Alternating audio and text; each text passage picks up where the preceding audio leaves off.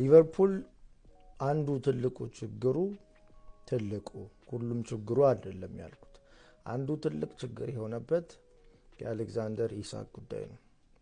ሊቨርፑል አሌክዛንደር ኢሳክን ካቀላቀለ በኋላ ወደ ራሱ ክለብ ሽንፈቶችን በተከታታይ ያስተናገደ ነው። ባላንሱን አጥቷል፣ ፍጥነቱን አጥቷል፣ አይደንቲቲውን እያጣ ነው፣ ግራ እየተጋባ ነው ሊቨርፑል።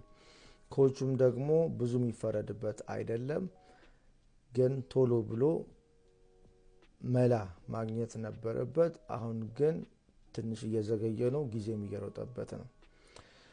ትናንትና ከመሸነፉ በፊት ሊቨርፑል 3 ተከታታይ ጨዋታዎችን ተሸንፏል። በፓላስ፣ በቸልሲ እና ደግሞ በማንቸስተር ዩናይትድ 2-1 2-1 በሆኑ ውጤቶች ተሸንፏል።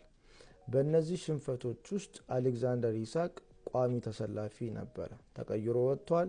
ቋሚ ተሰላፊ ሆኖ ግን በሶስቱም ጨዋታዎቹን ጀምሯል።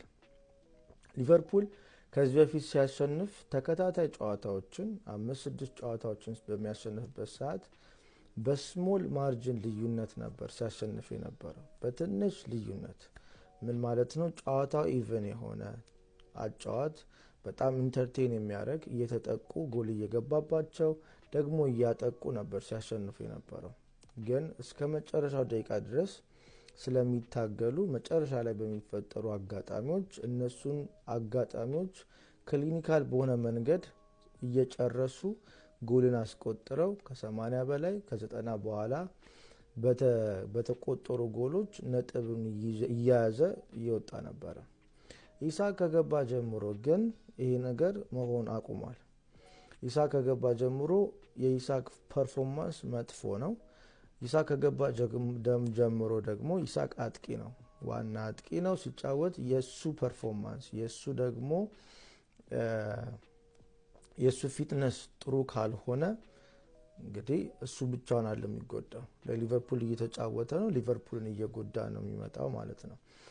ኢሳክ ከመምጣቱ በፊት ሊቨርፑል ጨዋታዎችን ሲያሸንፍ በጣም ፈጣን ጨዋታ ነው የሚጫወተው። በጣም ልጆቹ ተቃዋሚ ተሰላፊዎች እና ኤኪቲኬ በጣም ጥሩ ውህደት ላይ ነበሩ። ጎል እያገቡ ነው፣ እያጠቁ ነው፣ ኳስ እያገኙ ነበር። ኢሳክ ሲገባ ግን ይሄ ሙቭመንት ዲስራፕት ተደርጓል፣ ተበጥብጧል። ሊቨርፑል ማድረግ የነበረ አሁን ሊቨርፑል ኦልሬዲ 1-2 ጨዋታ አስገብቶት አይቶታል። ግን ወዲያው ግን እልባት ማግኘት ያለበት ኢሳክ ሲገባ ኢሳክን የሚያግዝ ጨዋታን በተወሰኑ መልኩ መቀየር። ኢሳክ መጫወት ካለበት ፊትነሱ ትክክል ነው ብለው ካመኑበት፣ አሰልጣኝ ካመነበት 1-2 ጨዋታ በሚሸነፍበት ሰዓት ቶሎ ብሎ ጊዜ መውሰድ፣ ጨዋታቸው ላይ ጊዜ መውሰድ፣ ኢሳክ ሲገባን ኢሳክ እንዲያገባ፣ ኢሳክ ሌሎችን ቲሞች እንዲጎዳ፣ ጨዋታውም ደግሞ ኢሳክን አለመጠቀም አይችልም። ሊቨርፑል ካልተጠቀመ ሊቨርፑል ይጎዳል። ማግባት አይችልም። ዋና አጥቂያቸው ሆኖ ነው የሚገባው። እሱ ብቻ አይደለም፣ ኢሳክ ሲገባ ሌላ ሰው ቤንች ይሆናል። እሱ ብቻ አይደለም፣ ያ ሰው ቤንች ሲሆን እንዳለ ሙሉ ቲሙ መዋቅሩ መጣመም ይጀምራል።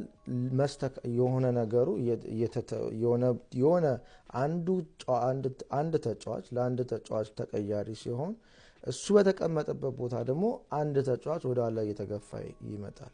ተከላካይ የሚጫወተው አጫዋት፣ ሚድፊልድ የሚጫወተው አጫዋት ሁሉ ይቀየራል። የኤኪቲኬ ባህሪ ያለው አጫዋት አለው። እሱ ሊቨርፑል እየጠቀመ ከሆነ እያረዳ ከሆነ ኢሳክም ደግሞ በዛ ልክ እንዲረዳ ከተፈለገ ኢሳክ በሚገባበት ሰዓት በጣም ከፍተኛ ጥንቃቄ ያስፈልግ ነበር። ግን ሊቨርፑል እሱን አላደረገም። ኢሳክን ዝም ብሎ አስገብቶ ኢሳክ ተጫዋች ማለት አይቻልም። ፕሪሚየር ሊጉ ቀላል ጨዋታዎችን አይደለም ፕሪሚየር ሊጉ ላይ ያሉት፣ ከባድ ጨዋታዎች ናቸው። ፐርፌክት መሆን አለበት ቲሙ። ማንም ቲም አይለቅም። ማንም ቲም በቀላሉ ጎል አይገባበትም። በጣም መደብደብ ያስፈልጋል። በጣም ማጥቃት ያስፈልጋል። ፕላን ያስፈልጋል። ፕላኑን ግን የጠለቀ ፕላን ይዘው እየገቡ አልነበረም። በቃ የሆነ እየሰራላቸው ነበረ። ከዛ ይስሐቅን አስገቡት። ይስሐቅ ደግሞ በትክክል ከቲሙ ጋር የተዋሃደ ተጫዋች አይደለም። ወይ ይስሐቅን የሚያጫውት አጫዋት መቀየር አለበት፣ ወይ ደግሞ ይስሐቅ ደግሞ እንደ ሊቨርፑል መጫወት አለበት። ስለዚህ ዋና አጥቂን አስገብቶ አንድ ጌም ካልተሳካ ሁለት ጌም ቶሎ መንቃት ቶሎ ስላልነቁ ወርደው ቀሩ። ብዙ ነጥብ ጣሉ። ግን የመጀመሪያው ጌም ላይ ቶሎ አክሽን መውሰድ ያስፈልግ ነበር።